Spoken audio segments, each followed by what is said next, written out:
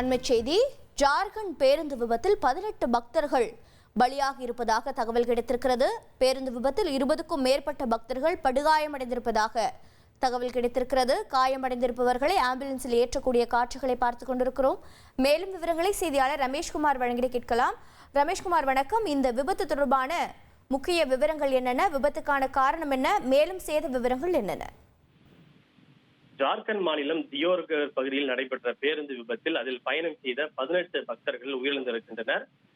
ஜமுனியா வனப்பகுதி அருகே கன்வர் யாத்ரீகர்களை ஏற்றி சென்று கொண்டிருந்த பேருந்து எதிரே வந்த எரிவாயு சிலிண்டர்களை ஏற்றி வந்த ட்ரக் மீது மோதி விபத்துக்குள்ளானது.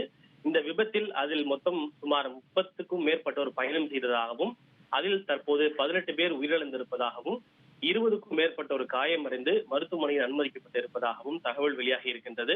அந்த பகுதியினுடைய பாஜக எம்பி நிஷிகாந்த் தூபே தன்னுடைய தொகுதியில் நடைபெற்ற விபத்தில் 18 பேர் உயிரிழந்திருப்பதாக தெரிவித்திருக்கிறார்.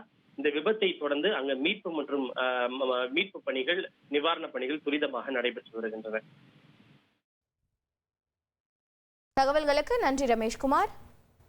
ட்ரெண்ட ஃப்ரெண்ட் ஆக்கிக்கோங்க. தந்தி டிவியின் சப்ஸ்கிரைபர்ஸ் அண்ட் ஃபாலோவர்ஸ் குடும்பத்துல நீங்களும் இணையுங்க.